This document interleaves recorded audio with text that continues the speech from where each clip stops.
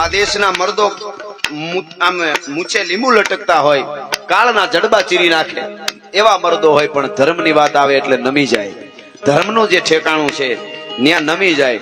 જેટલા રાજાઓ છે વાઘેર રાજાઓ દ્વારકામાં, એ ગાદીએ બેઠા હોય તો એમ કેતા કે અમારો રાજા તો રણછોડ છે, અમે તો એના દીવાન છીએ.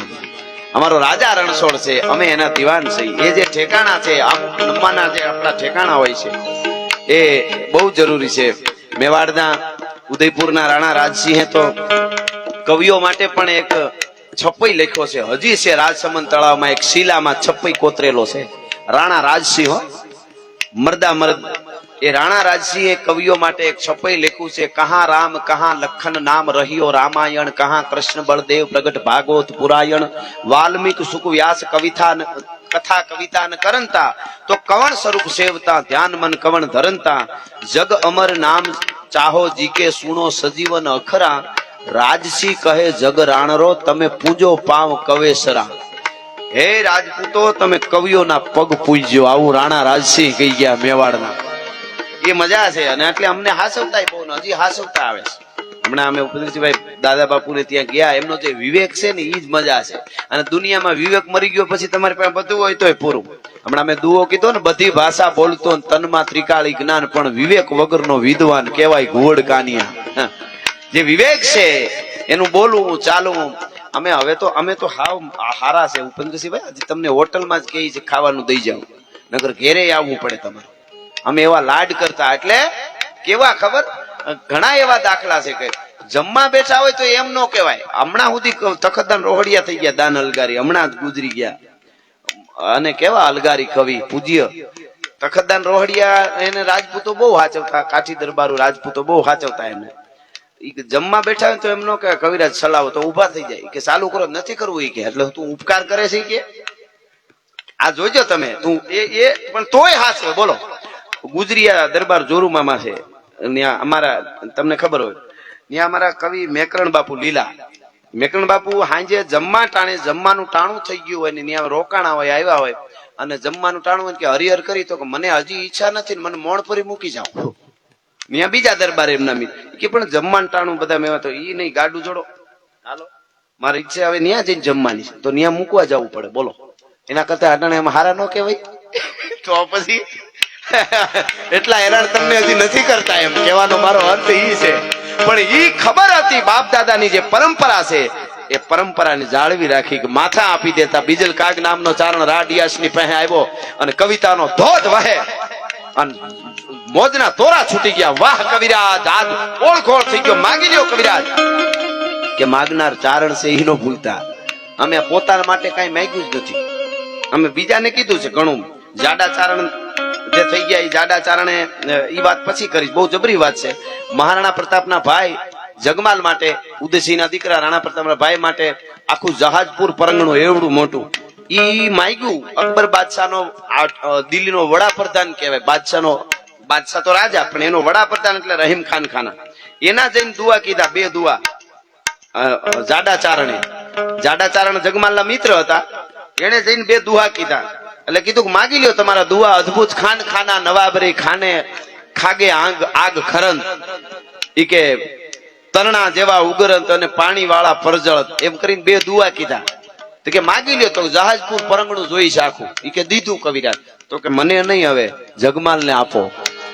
મહારાણા પ્રતાપના ભાઈને આખું જહાજપુર પરંગણું લઈને આપી દીધું. કહેવાનો મારો અર્થ એમ બીજલ કાગને કીધું માગનાર ચારણ છે. બીજલ કાગે કીધું તો કે તો દેવા વાળો રાજપૂત છે, તમે માગી લ્યો. એટલે કીધું તમારું માથું જોઈ છે. હાંડિયાના ત્રીજા પહાડા જેવી તરવાર કાઢીને પીછી પકડીને એટલું કીધું, કવિરાજ ભગવાને મને એક જ માથું આપ્યું છે, તમને આપી દઉં છું. રાવણની જેમ 10 માથા હોત તો તમને ગાડું ભરી દે. તમારી જીભાન ઉપર કુરબાન છે ભલા માણસ.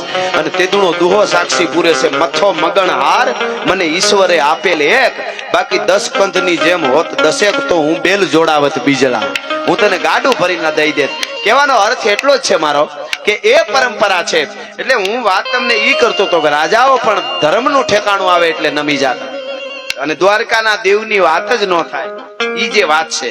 એટલે મને એક વાત યાદ છે, સોમૈયા માણેક થઈ ગયા. ભક્તિનો એક સ્ટેજ છે, એક ભજન ભાવનું સ્ટેજ છે. એટલે દ્વારકામાં સોમૈયા માણેક થઈ ગયા, પ્રતાપી રાજા. આખા સૌરાષ્ટ્રમાં એની પછી સુવાસ ફેલાણેલી, માનતાઓ મીંડી ચડવા, એવો પ્રતાપી પુરુષ. એની બધા માનતાઓ કરે. એમાં એક કોઈ ગામની બેન દીકરી, એને એમ થયું કે મને સંતાન નહીં, 16-17 વર્ષ થઈ ગયા લગ્નને.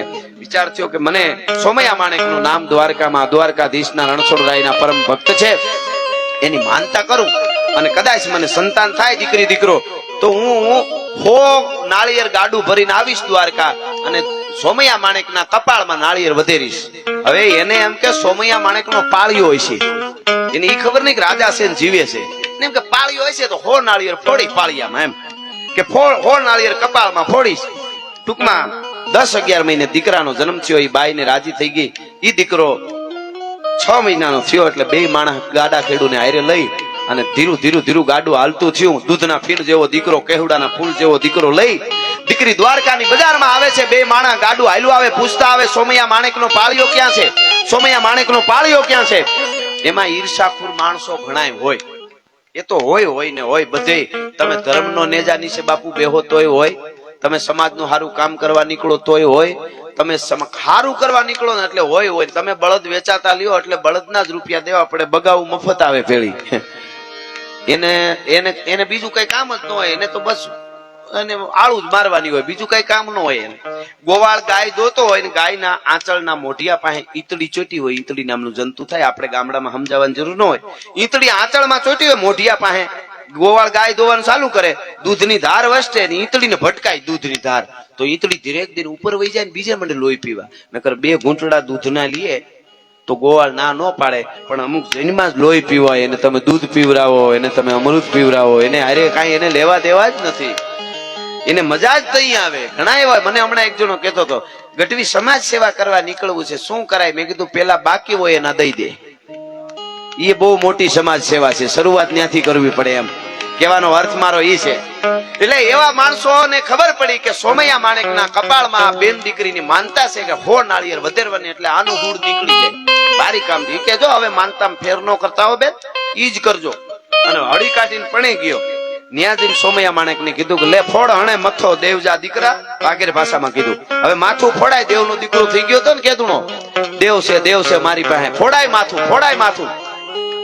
અને મિત્રો ઈ ગાડું આવ્યું નજીક, સોમૈયા માણેક ને ખબર પડી કોઈ બેન દીકરીની આવી માનતા છે, અને આવ્યો મેદાનમાં, ગાડાની સામે આવીને ઉભો રહ્યો સોમૈયો માણેક, રાજા દ્વારકાનો એ વખતનો પરમ ઉપાસક ભક્તરાજ. એનો તો એવી ઘટના સોમૈયા માણેક ની બનેલી કે એનો દીકરો, હગો દીકરો સોમૈયા માણેક નો તોફાને ચડેલો, ગરીબોને હેરાન મીંડો કરવા અને કઈક ન કરવાનું કામ કરવાની વાત એના સુધી આવી. ગામના આગેવાનો ફરિયાદ કરવા ગયા, તમે પ્રતાપી રાજા ને તમારો દીકરો મુળુ, એનું નામે મુળુ હતું, તમારો દીકરો મુળુ એ આવા કામ કરે અને ઠપકો આપો. અને તેથી 2 હાથ જોડી દ્વારકા વાળા સામે કીધું તું સોમૈયા માણેકે, એ દ્વારકા વાળા, એટલે 3 દિવસમાં કાં તો હું મરું નકર મારો મુરુ મરે. 3 દીમાં કાં મને મારી નાખ અને કાં મારો દીકરો મરી જાય. 3જે દી એકનો એક દીકરો મરી ગયો તો ભલા માણસ. આવો પ્રતાપી પુરુષ હતો એ સોમૈયો માણેક. એ સોમૈયા માણેક એ હામો આવીને ઉભો રહ્યો ને કીધું કે બેન દીકરી વયા તારી માનતા પૂરી કરી. હલિયત મુજી થી હલિયત જોર બરાબર જોર તોજી માનતા જોર, ઈ મથો ખુલ્લો રાખી દિયાસી, આ માથું ખુલ્લું રાખી દીધું છે, તારી માનતા બરાબર જુવાર. અને જોર થી નાળિયેર નો મારે હોય હો મારા કપાળમાં તો તને આ સોમૈયા માણેક ના અને દ્વારકા વાળાના સોગન છે, તારી માનતા પૂરી કર. મિત્રો 150 વર્ષ પહેલાનો ઇતિહાસ એમ કહે છે. ધ્રુજતા રોતા બાઈને એમ થયું કે મને ક્યાં બાપુ ખબર હતી કે તમે જીવો, મને એમ કે તમારો પાળ્યો હોય છે. તો કે નહીં, તને દ્વારકા વાળાના સોગન છે, જેટલું જોર હોય એટલા જોરથી નાળિયેર માર. અને રોતા હાથમાં નાળિયેર લઈને આંખ બંધ કરી અને ઘા કર્યો, ગામ કરતું નાળિયેર ગયું. અકડે ઠાઠ માણસ ભેળા થઈ ગયા, 100 નાળિયેર મારશે એટલે સોમૈયો માણેક મરી જાય. બધા જોવે છે, નાળિયેર છૂટ્યું અને ગામ કરતું આવ્યું. નજરે જોનારો 150 વર્ષ પહેલા કહે છે કે એક વેત નાળિયેર કપાળથી છેટું રહ્યું, ધડ દઈને 2 ભાગ થયા અને 2 નાળિયેરના ભાગ થઈ ગયા, ફાડા થઈ ગયા. પાણીનો ફુવારો ઉડ્યો સોમૈયા માણેક ઉપર. 1 નાળિયેર, 2 નાળિયેર, 5 નાળિયેર, 20 નાળિયેર, 50 નાળિયેર, હોય નાળિયેર વધેર્યા. માથે ન પૂગે ત્યાં 2 ભાગ થઈ જાય. આને કહેવાય ઓખો તો દુનિયાથી નોખો કહેવાય. મારા દ્વારકાના દેવની વાત નો થાય. રણછોડ રણછોડ રણછોડ આંખ બંધ કરી અને કર્યા કર્યો. કોઈ નાળિયેર ફૂટી ગયા, એક પણ નાળિયેર કપાળ સુધી નહોતું પૂગ્યું. એટલે કહેવાય ઓખો તો દુનિયાથી નોખો કહેવાય મારા